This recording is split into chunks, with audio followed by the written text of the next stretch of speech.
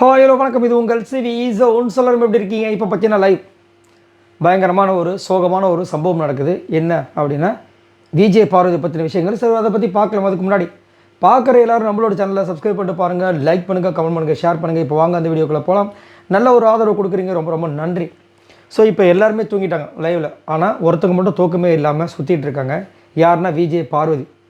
எப்பயுமே பார்த்தீங்கன்னா விஜய் பார்வதி கமருதுகிட்ட பேசுவாங்க, அப்படி இல்லைனா எல்லார்கிட்டையும் பேசிட்டு கம்முன்னு வந்து பத்துருவாங்க. ஆனால் இன்றைக்கி எல்லோரும் தூங்கிட்டாங்க. கமருது கூட தலை ரூமில் போய் தூங்கிட்டார்.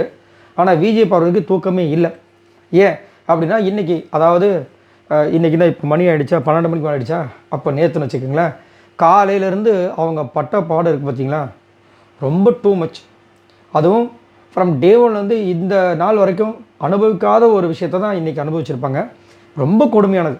ஏன்னா காலையில் நல்லா கரெக்டாக வந்து அந்த ஒர்க் அவுட் பண்ணுற விஷயங்கள் எல்லாமே கரெக்டாக 2 பேரும் சேர்ந்து பண்ணாங்க. சூப்பராக எல்லாத்தையுமே பண்ணிகிட்டே இருந்தார். டப்புன்னு கமருதி வந்து ஆரம்பித்தார், இந்த 24 மணி நேரத்தில் உங்கள் அம்மா இருக்கணும்மா கண்டிப்பாக அப்படின்னு ஆரம்பித்தார்.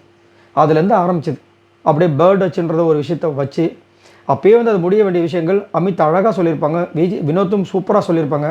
அப்பவும் கேட்காம விஜய் பார்வதி மேலே வந்து ஒரு பழியை போட்டு மண்டையில் டம்முன்னு அடிச்சுக்கிட்டு அவங்களுக்கும் வருத்தத்தை ஏற்படுத்தி அங்கேருந்து போகும்போது அது இதுன்னு திட்டிட்டு வா உங்கள்கிட்ட பேசணும்னு சொன்னதுக்கப்புறம் கேட்காம திரும்ப அந்த உள்ளே போய் சேரை எட்டு வச்சு பேப் அப்படின்னு சொல்லி பேப்னா வாயை உடச்சோன்னு சொல்லி, அதுக்கப்புறம் இன்னொரு இடத்துல வந்துட்டு நீ எப்படி என்னை பேட் டச்சுன்னு சொல்லுவேன்னு சொல்லி திரும்ப வந்து அதை எடுத்துகிட்டு போய் சாண்ட்ரா கிட்ட சொல்லி, சாண்ட்ரா திவ்யா கிட்ட சொல்லி, திவ்யா வந்துட்டு அங்கே இருக்கிற எல்லார்கிட்டையும் சொல்லி எல்லாருமே இவங்களுக்கு ஆப்போசிட்டாக திரும்பி அதுக்கப்புறம் அரோரா கிட்ட போய் திரும்பவும் சொல்லி, அரோரா வந்துட்டு இதை வந்து கேமராமேனை ரிஜிஸ்டர் பண்ணுன்னு சொல்லி அவர் அதை பண்ணுறதுக்காகவே வந்துட்டு விஜய் பண்ணி அதுக்கப்புறமா வந்துட்டு ஒரு இதுக்கு வந்தாங்க.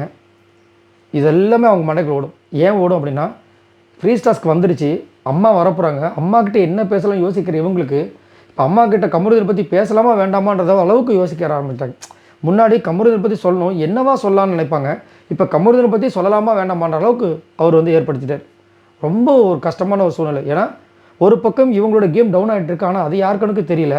ஆனால் இன்னுமே என்ன சொல்கிறாங்கன்னா கமருதினோட கேமை இவங்க தான் ஓவர்டேக் பண்ணிட்டு போகிறாங்கன்ற மாதிரி சொல்கிறாங்க.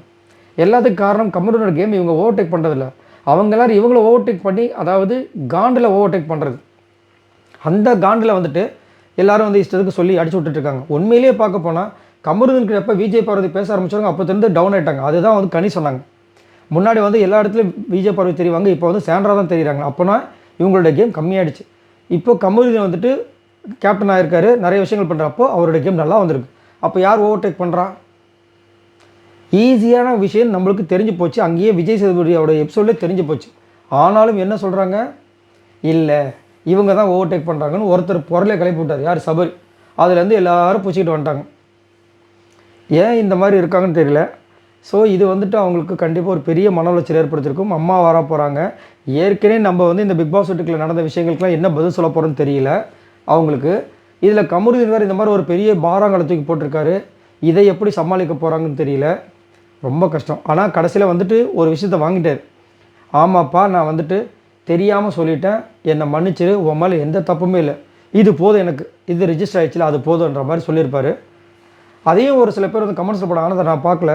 இங்கே வந்துட்டு விஜய் பார்வதிக்கிட்ட வந்து சொல்லிவிட்டு ஓகே இது போதும், எனக்கு நீ வேணும், அதனால தான் நான் இதை வந்து எதிர்பார்த்தேன்னு சொல்லிவிட்டு அரோரா கிட்ட வந்து நான் இதை வந்து பேசி அங்கே கேமரா முன்னாடி வந்துட்டு அவங்க வாக்கு மூலமாக வாங்கிட்டேன் அப்படின்னு சொல்லிட்டு அரோரா ஒரு ஹக் பண்ண மாதிரி ஒருத்தங்க கமெண்ட்ஸ் பண்ணாங்க. நான் பார்க்கல. ஆனால் அவங்க சொன்னாங்க. அதையும் கேட்கும்போது என்னடா இது, எப்படி இப்போ இந்த பொண்ணுக்கு ஒரு ட்ரஸ்ட்டு வரும்? இந்த பொண்ணு இதுக்கு முன்னாடி தனியாக கேம் விளையாடும்போது கமருதின்னு விளையாண்டுருக்காரு, அப்போ தான் இந்த பொண்ணு எதிர்பார்த்தது இல்லை. ஆனால் எப்போ இவர் வந்து என் மனசில் பட்டாம்பூச்சி பறக்க ஆரம்பிச்சிச்சு, நானும் உன்னை லவ் பண்ண ஆரம்பிச்சிட்டேன், கல்யாணத்தை பற்றி அம்மா கிட்ட சொல்லுன்னு சொன்னதுக்கப்புறமும் அவங்க ஒரு எதிர்பார்ப்பு இல்லாமல் இருக்க முடியுமா? நல்லா யோசிச்சு பார்க்கணும். தனித்தனி கண்டஸ்டாக இருக்கும்போது ஒன்றும் பிரச்சனை இல்லை. ஆனால் இவ்வளோ பெரிய ஹோப் கொடுத்ததுக்கப்புறம் கண்டிப்பாக ஈஸ் மை மேன் அப்படின்ற மாதிரி நினைப்பாங்க. அப்போது கீழே விழும்போது அவர் வந்து காப்பாற்றுவான்னு தான் நினைப்பாங்க. அந்த நேரத்தில் வந்து பலூன் வச்சு யாருக்காரும் கோவம் வரதான் செய்யும். அதையும் சுட்டி காட்டினாங்க பாருங்க திவ்யா, செம்ம பல கில்லாடி அவங்க. சார் எனக்கு இருந்த சந்தோஷம் கூட இல்லை, அம்மா உங்களுக்கு சந்தோஷமே இல்லை, அதை நீங்கள் மறந்துட்டீங்க அப்படின்ற மாதிரி இருந்துச்சு. ஏன்னா நம்மளுக்கு தான் கேமராமேன் ஜூம் பண்ணி காமிச்சார்ல, என்னத்த சொல்ல பாவமாக இருக்குது. ஸோ இப்போ தான் வந்து படுக்கிறாங்க. சரி, இதை பற்றி உங்களோட கருத்தில் சொல்லுங்கள். பாய் நண்பர்கள்.